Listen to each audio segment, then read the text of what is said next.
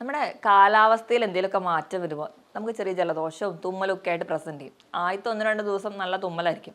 അത് കഴിഞ്ഞ് അടുത്ത ദിവസത്തിലോട്ട് പോകുമ്പോഴേക്കും ഭയങ്കരമായ തലവേദന വരാറുണ്ട്. ഇത് ഒരുപാട് പേര് പറയുന്ന ഒരു കംപ്ലയിൻ്റ് ആണ്. നമ്മൾ നോക്കിക്കഴിഞ്ഞാൽ മിക്കവാറും ഇതൊക്കെ സൈനസൈറ്റിസുകളായിരിക്കും.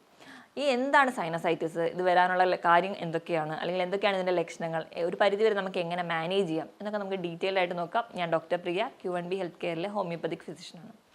സൈനസൈറ്റിസ് എന്ന് പറഞ്ഞാൽ സൈനസിൻ്റെ ഇൻഫ്ലമേഷൻ അല്ലെങ്കിൽ നീർക്കെട്ടുകൾ. എന്താണ് സൈനസുകൾ?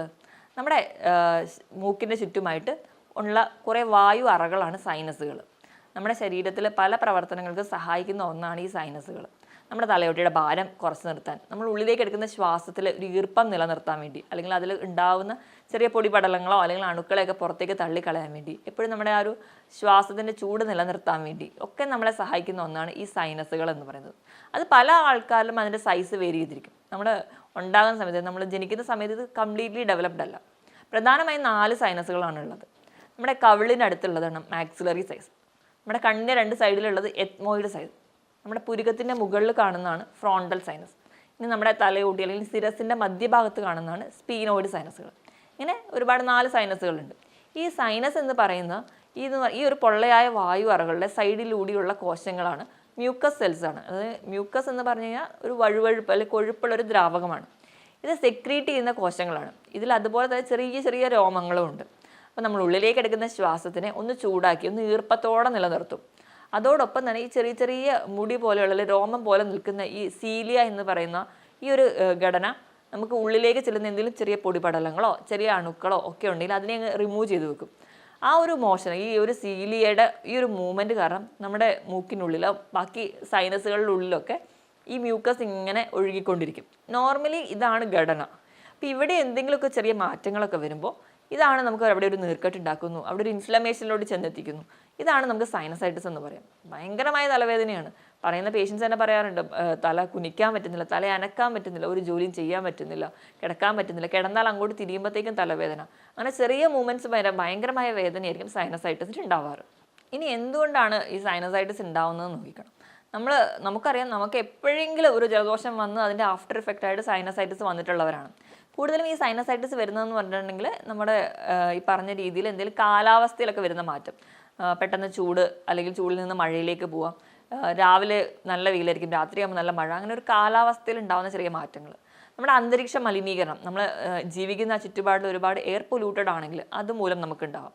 ഗ്യാസ്ട്രോ ഈസോഫാജിയൽ റിഫ്ലക്സ് ഡിസീസ്, നമ്മുടെ ആമാശയ സംബന്ധമായ രോഗമാണ്. നമുക്ക് അസിഡിറ്റി പോലെയുള്ള പ്രശ്നങ്ങൾ ഉണ്ടാകുന്നത് ഇവയുള്ളവർക്ക് ഉണ്ടാവാറുണ്ട്. നമുക്ക് മോണ അല്ലെങ്കിൽ മുൻനിര പല്ലുകൾക്ക് എന്തെങ്കിലും കേടുള്ളവരാണെങ്കിൽ, മൂക്കിന് വളവുള്ളവർ, മൂക്കിൻ്റെ പാലത്തിന് വളവുള്ളവർ, മൂക്കിനുള്ളിൽ ദശ വളരുന്നവർ, ഇങ്ങനെ മൂക്ക് സംബന്ധമായ മറ്റ് പ്രശ്നങ്ങളുള്ളവരാണെങ്കിൽ, ശ്വാസകോശ രോഗങ്ങളുള്ളവർ, ഇവർക്കൊക്കെ റെക്കറൻ്റ് ആയിട്ട് സൈനസൈറ്റിസ് വരുന്നത് കാണും. ഇവിടെ നടക്കുന്ന പ്രോസസ്സ് എന്താണെന്ന് പറഞ്ഞാൽ, ഞാൻ ആദ്യമേ പറഞ്ഞ പോലെ ഈ പൊള്ളയായ അറകളുടെ സൈഡിലൂടെ മ്യൂക്കസ് സെൽസ് ഉണ്ട്. ഈ മ്യൂക്കസ് സെൽസ് ഈ ഒരു ടൈമിൽ, ഈ ഒരു ഇൻഫെക്ഷൻ അല്ലെങ്കിൽ വരുന്ന സമയത്ത് പറഞ്ഞാൽ മ്യൂക്കസ് സെൽസ് കൃത്യമായിട്ട് മ്യൂക്കസ് പ്രൊഡ്യൂസ് ചെയ്യുന്നുണ്ടെങ്കിലും അതിൻ്റെ ഒരു ഫ്ലോ കറക്റ്റായിട്ട് വരില്ല. കാരണം ഈ കോശങ്ങൾക്കൊക്കെ നീർക്കെട്ട് വന്നിട്ട് കറക്റ്റായിട്ട് മ്യൂക്കസ് ഈ ഒരു വായു അറകളിലൂടെ ഒഴുകി പോവില്ല. അങ്ങനെ മ്യൂക്കസ് കൃത്യമായി പോവാത്തത് കൊണ്ട് ഇതിങ്ങനെ കെട്ടിക്കിടക്കും. എപ്പോഴും എവിടെയാണെങ്കിലും നമുക്കറിയാം, കെട്ടിക്കിടന്ന ഒരു വസ്തുവാണെങ്കിൽ അതിൽ പെട്ടെന്ന് രോഗാണുക്കൾ വന്ന് പടരും. അതുകൊണ്ടാണ് പെട്ടെന്ന് അതിന് ഇൻഫെക്ഷൻ വരും. അങ്ങനെ ഇൻഫെക്ഷൻ വരുന്നത് കൊണ്ടാണ് നമുക്ക് ഇത്ര കഠിനമായ വേദന. നോർമലി എന്നും അത് മ്യൂക്കസ് ഒഴുകി പോകുമ്പോൾ നമുക്ക് ഈ ഒരു പ്രശ്നമേ നമ്മൾ അറിയാറില്ല, അല്ലെങ്കിൽ നമുക്ക് ഇങ്ങനെ ഒരു പ്രശ്നമേ ഉണ്ടാവുന്നില്ല. പക്ഷേ ഇത് എപ്പോഴാണ് കെട്ടിക്കിടന്ന് അവിടെ ഒരു ഇൻഫെക്ഷൻ വരുന്നത്, അപ്പോൾ തന്നെ നമുക്ക് തലയ്ക്ക് ഭയങ്കര ഭാരവും മറ്റ് ബുദ്ധിമുട്ടുകളൊക്കെ ഉണ്ടാവുന്നുണ്ട്. ചിലർക്കെന്ന് പറഞ്ഞിട്ടുണ്ടെങ്കിൽ ഈ ഒരു സൈനസൈറ്റിസ് കുറച്ച് ദിവസം കൊണ്ട് അങ്ങ് മാറാറുണ്ട്. ചിലർക്ക് ഇത് അതിലും ഒരുപാട് നാൾ നീണ്ടു നിൽക്കും, ഒരു 12 ദിവസത്തിൽ കൂടുതലൊക്കെ നീണ്ടു നിൽക്കുന്നവരും ഉണ്ട്. ക്രോണിക് ഫേസും ഉണ്ട്, ഇതിനൊരു അക്യൂട്ട് ഫേസും ഉണ്ട്. ഇനി നമുക്ക് സൈനസൈറ്റിസ് ഉണ്ടാകുമ്പോൾ എന്തൊക്കെ ലക്ഷണങ്ങളായിട്ടാണ് പ്രസൻറ്റ് ചെയ്യുന്നത് നോക്കാം. അക്യൂട്ടായിട്ടാണ് വരുന്നതെങ്കിൽ, നിങ്ങൾ പെട്ടെന്നൊരു കാലാവസ്ഥയിലുള്ള മാറ്റം കൊണ്ട് ചെറിയ തുമ്മലായിട്ട് തുടങ്ങി, അങ്ങനെയാണ് നിൽക്കുന്നതെങ്കിൽ അതിൽ കാണിക്കുന്നതെന്ന് പറഞ്ഞാൽ തുമ്മൽ, അല്ലെങ്കിൽ മൂക്കൊലിപ്പ്, ഇങ്ങനെയൊക്കെ ഒരു അലർജി ആയിട്ടാണ് അത് പ്രസൻറ്റ് ചെയ്യുക. അത് കഴിഞ്ഞ് കഴിഞ്ഞാൽ പിന്നെ മൂക്കടപ്പായിട്ട് വരാം. മൂക്കടപ്പാണ് നമുക്ക് സൈനസൈറ്റിസിലോട് എത്തിക്കുന്നത്.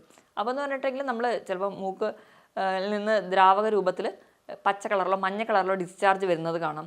അത് വന്നു കഴിഞ്ഞാൽ നമുക്കൊരു ആശ്വാസം കിട്ടും ആ ഡിസ്ചാർജ് പോകുമ്പം.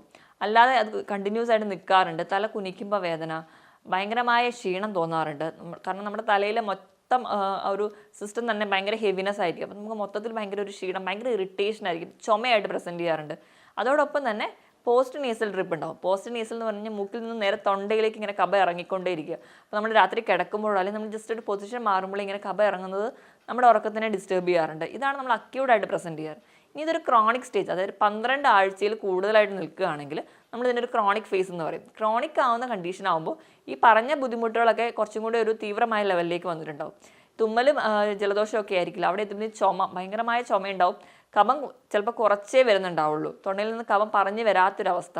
നമ്മുടെ ശബ്ദമൊക്കെ അടയും, മൂക്കടയും, നമ്മൾ മൂക്കും കൊണ്ട് സംസാരിക്കുന്ന പോലെയാണ് തോന്നാറ്.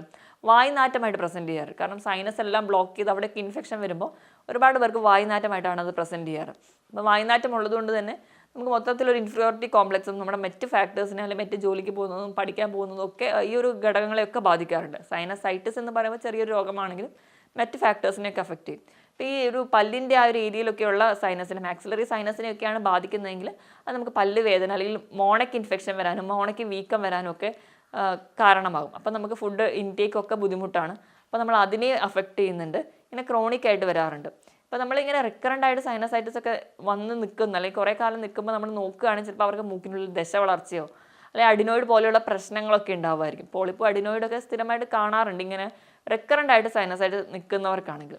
അപ്പോൾ നമ്മുടെ ശബ്ദത്തിനുണ്ടാകുന്ന ആ ഒരു ടോണ് തന്നെ മാറിപ്പോകുന്നതായിട്ട് കാണാം. ഇതോടൊപ്പം തന്നെ ഈ പറഞ്ഞ രീതിയിൽ പോസ്റ്റ് നേസൽ ഡ്രിപ്പ് വരാറുണ്ട്.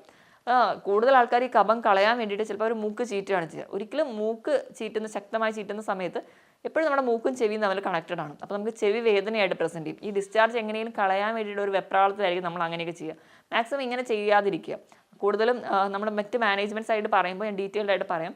ആ ഒരു ഏരിയ അങ്ങനെ മാത്രം ചെയ്യാൻ വേണ്ടി ശ്രദ്ധിക്കുക. അപ്പോൾ അങ്ങനെയൊക്കെ ചെയ്യുകയാണെങ്കിൽ ഒരു പരിധിവരെയൊക്കെ നമുക്ക് കൺട്രോൾ ചെയ്യാം. അപ്പോൾ ഈ ഒരു ക്രോണിക് ആയിട്ട് നിൽക്കുന്ന ഒരു കേസിൽ നമ്മൾ ഒരു നിസ്സാരമായി കാണാതെ എപ്പോഴും ഒരു ട്രീറ്റ്മെൻറ്റ് എടുക്കുന്നത് വളരെ നല്ലതാണ്.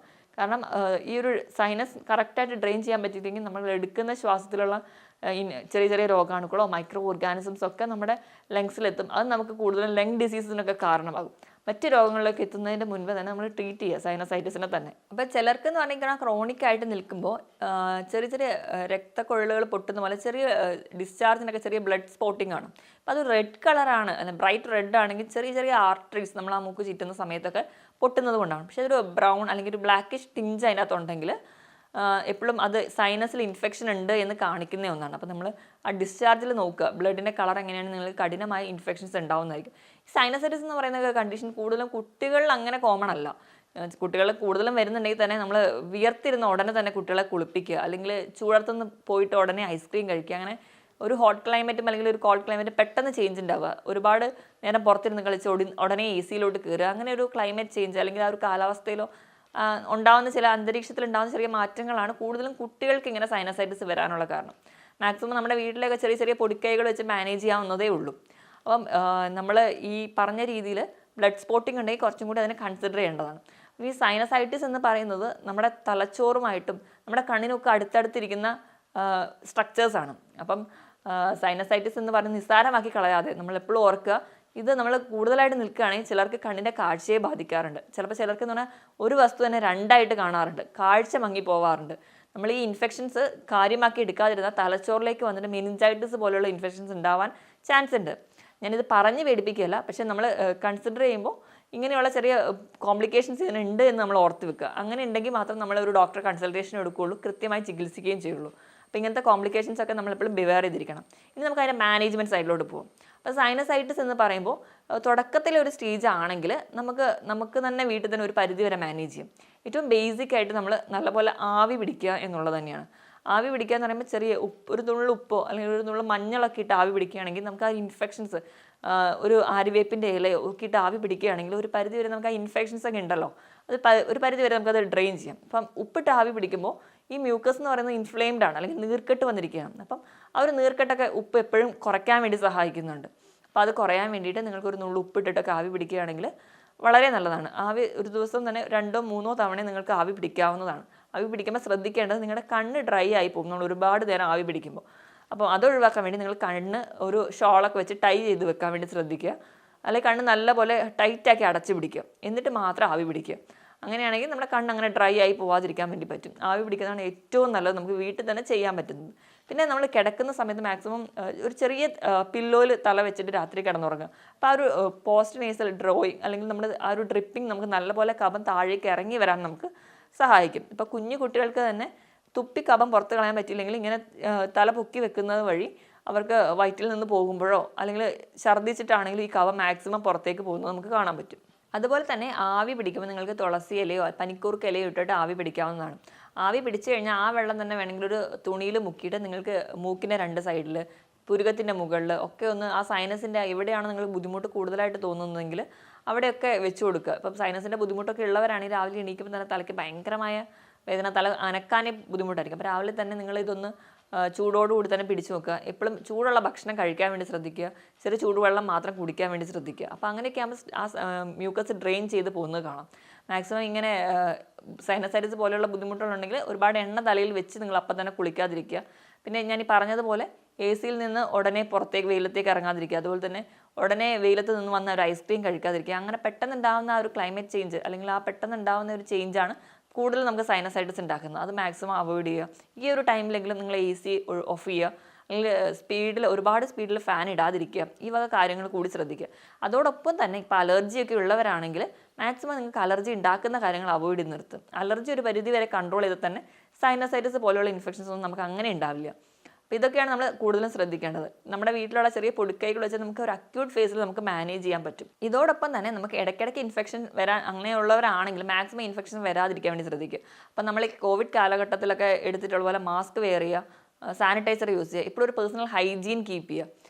അങ്ങനെയാണെങ്കിൽ തന്നെ ഒരു പരിധി വരെ നമുക്ക് സൈനസൈറ്റിസ് തടയാൻ പറ്റും. അപ്പം ഇതോടൊപ്പം തന്നെ ഹെൽത്തി ആയിട്ടിരിക്കാൻ വേണ്ടി കൃത്യമായിട്ട് നിങ്ങൾ വ്യായാമം ചെറുപ്പത്തിലേ ശീലമാക്കുക. ഹെൽത്തി ആയിട്ടുള്ള ഭക്ഷണങ്ങൾ കഴിക്കുക.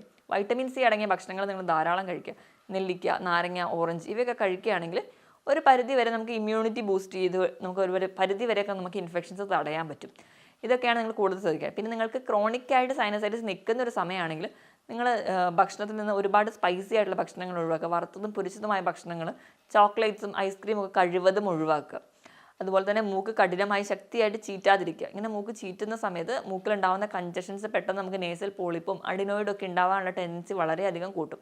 ഇങ്ങനെയൊക്കെ ശ്രദ്ധിച്ചാൽ നമുക്ക് ഒരു പരിധി വരെയൊക്കെ മാനേജ് ചെയ്യാം. ഇനി ഇപ്പം നമുക്ക് ക്രോണിക് ആയിട്ട് വരുന്ന കേസുകളാണെങ്കിൽ എത്രയും പെട്ടെന്ന് ഒരു ഡോക്ടറുടെ കൺസൾട്ടേഷൻ എടുക്കണം.